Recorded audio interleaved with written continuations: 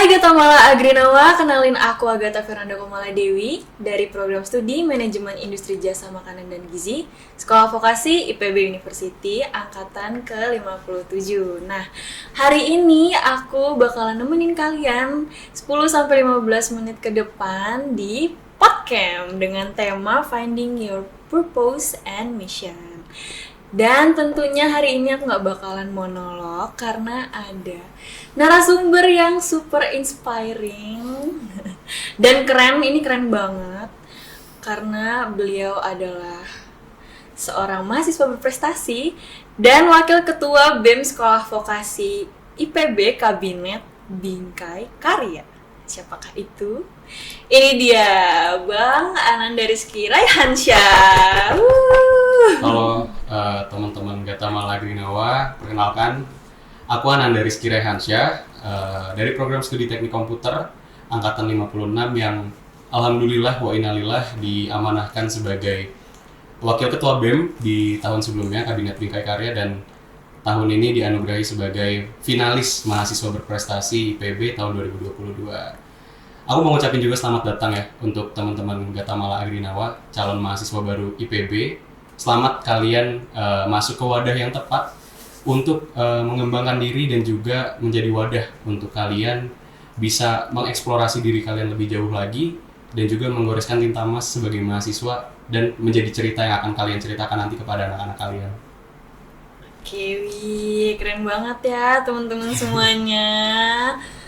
Nah, hari ini tema dan narasumbernya pas banget buat kalian sebagai mahasiswa baru yang mau meniti karir atau meniti pendidikan nih. Kedepannya gimana, perjalanan perkuliahannya tuh mau dibawa kemana, kayak gitu. Benar Kak Rehan? Betul banget. Nah, Kak Rehan ini gimana nih kabarnya Kak? Aku alhamdulillah baik. Saat ini juga lagi fokus untuk persiapan yudisium. Jadi mohon doanya ya Gata, biar cepat lulus. Amin, tuh doain tuh teman-teman semuanya. Amin banget supaya cepat lulus kayak gitu. Nah, Bang Rehan ini kelihatan cerah banget ya dari mukanya, walaupun bajunya hitam-hitam tapi tetap cerah karena hari ini kita mau ngebahas sesuatu yang sangat menarik tuh. Nah, untuk pertanyaan pertama mungkin ini masih ringan-ringan aja kali ya. Oke, siap.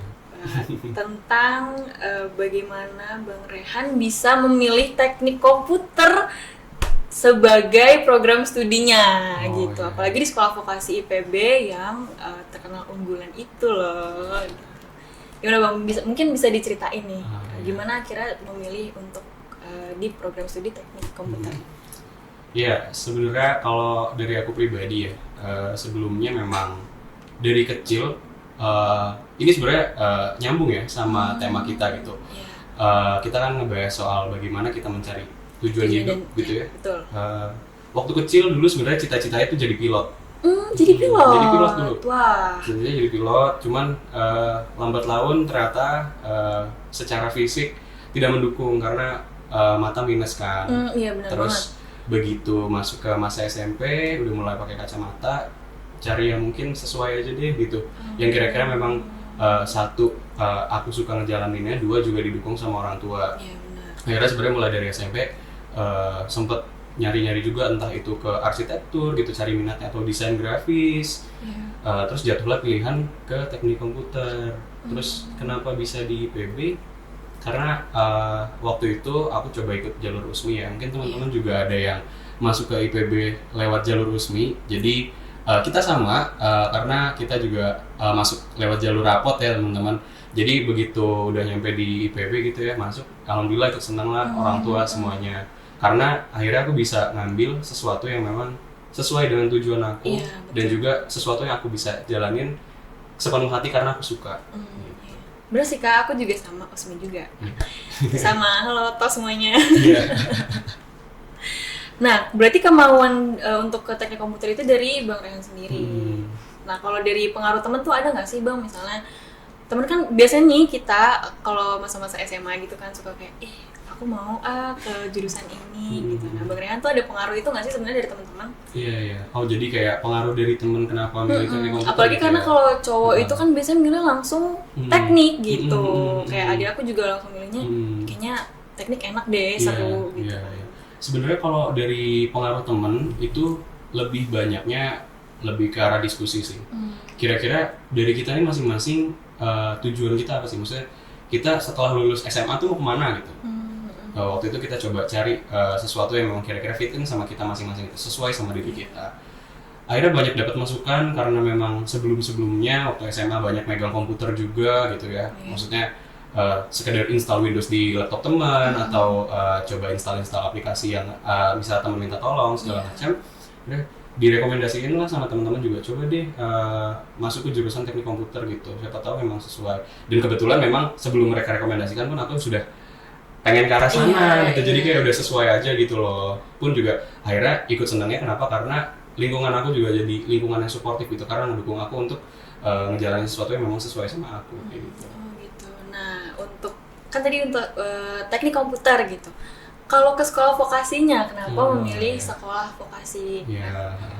Banyak ya nih teman-teman, ada sarjana, ada sekolah vokasi gitu.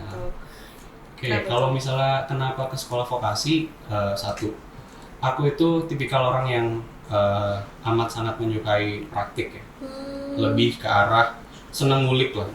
Dibandingkan sebenarnya aku suka membaca juga gitu. Tapi kalau misalnya untuk segi hal-hal yang berbau dengan pelajaran segala macam, aku lebih suka sesuatu yang praktikal gitu, sesuatu yang kita terjun langsung gitu. Motorik ya. Iya, betul. Jadi kayak gue pikir karena memang aku nyari sesuatu yang sesuai dengan aku gitu ya.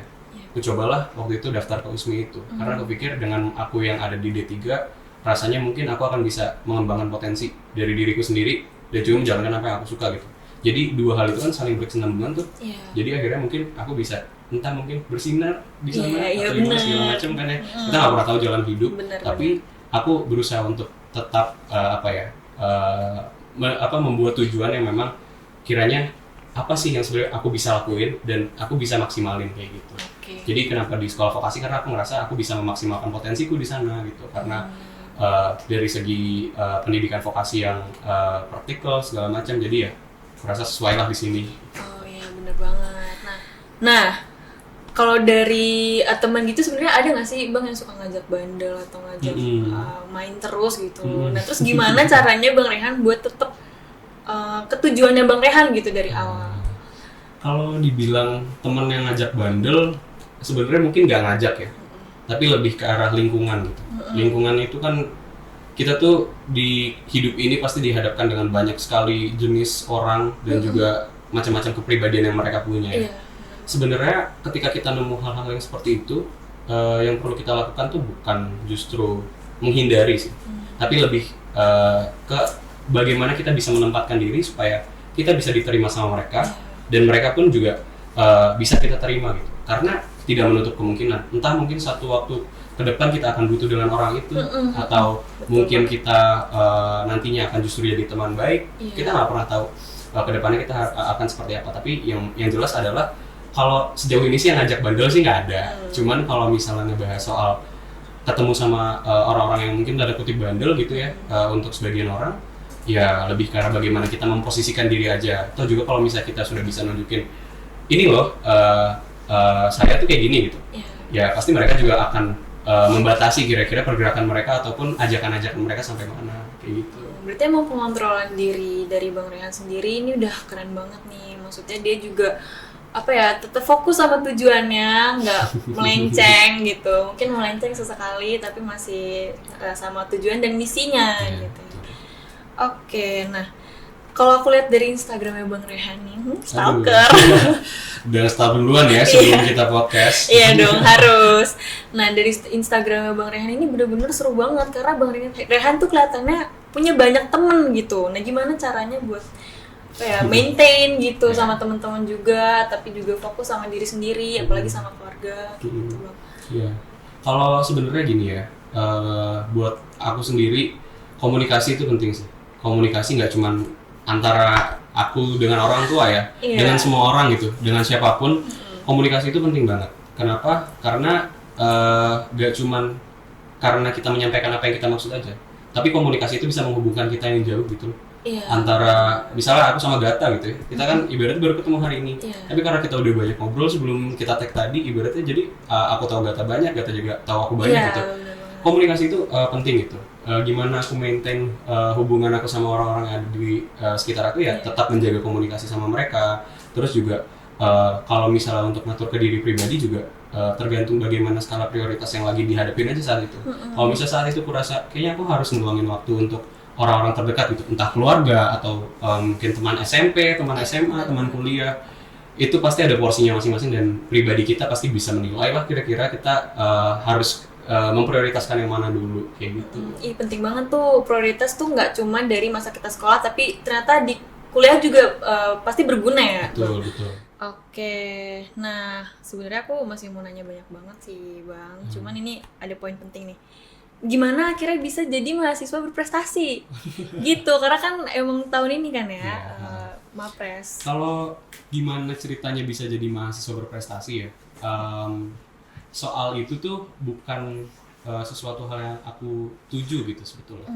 Tapi jadi mahasiswa berprestasi itu mungkin dampak dari apa-apa yang selama ini aku lakukan gitu. Banyak sekali kegiatan-kegiatan yang selama ini mengembangkan diriku, akhirnya mungkin pada akhirnya dianugerahkanlah sebagai mahasiswa berprestasi ini gitu. Karena itu tadi hidup itu kan ada proses ada prestasi dan juga ada hidup gitu ya. Kurasa prestasi itu merupakan salah satu batu loncatan untuk kita mencapai tujuan hidup gitu. Jadi yang penting bagaimana kita terus bergerak, karena kita nggak pernah sebenarnya dituntut untuk berhasil gitu ya. Siapa sih sebenarnya yang menuntut kita untuk berhasil kecuali suara dari hati kita masing-masing gitu.